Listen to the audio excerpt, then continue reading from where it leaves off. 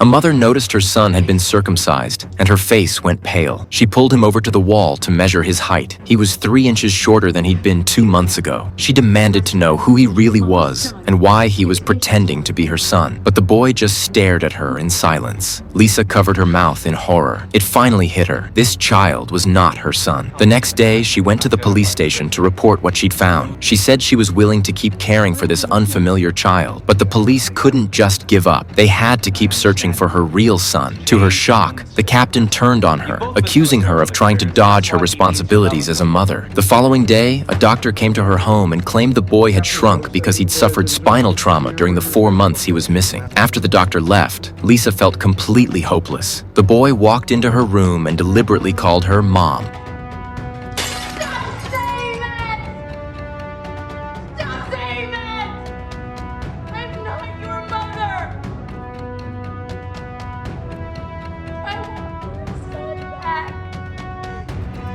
Even more absurd, the doctor invited a swarm of reporters and pinned the blame for the boy's height loss on Lisa, implying over and over that she was an irresponsible mother. Fortunately, a detective heard about her situation and decided to help her fight for justice. He took the boy to school, where the kid couldn't recognize any of his teachers or classmates. He couldn't even find his own desk. Mrs. Collins, if that's your son, I'll leave my yardstick. Armed with enough evidence, Lisa went to the newspaper office and exposed the police department's negligence to the public, pressuring them to continue the search for her son. When the captain found out, he was furious. He had Lisa brought to the station, and when his warnings didn't work, he had her locked up in a psychiatric facility on charges of obstructing police business. He even filed a report claiming she suffered from delusions. Lisa was treated horribly there. During a meal, she met a woman named Carol, who told her that most of the people locked up in this place had simply crossed the wrong cop. The next day, the hospital director called Lisa in. He handed her a document stating that the police had done nothing wrong. All she had to do was sign it and she could leave. But Lisa flat out refused. After that, she was dragged away and force-fed medication. Meanwhile, Detective Lester was working a smuggling case when he stumbled upon a horrifying serial child murder case. He'd arrested a 15-year-old boy for illegal border crossing and was planning to deport him back to Canada. But while in custody, the boy kept reliving terrifying memories. Unable to bear the weight of his conscience any longer, he confessed to what his cousin Gordon had done. Lester quickly pulled out photos of recently missing children and asked the boy to identify them. To his horror, half of the children in those photos had already fallen into the killer's hands, including Lisa's son.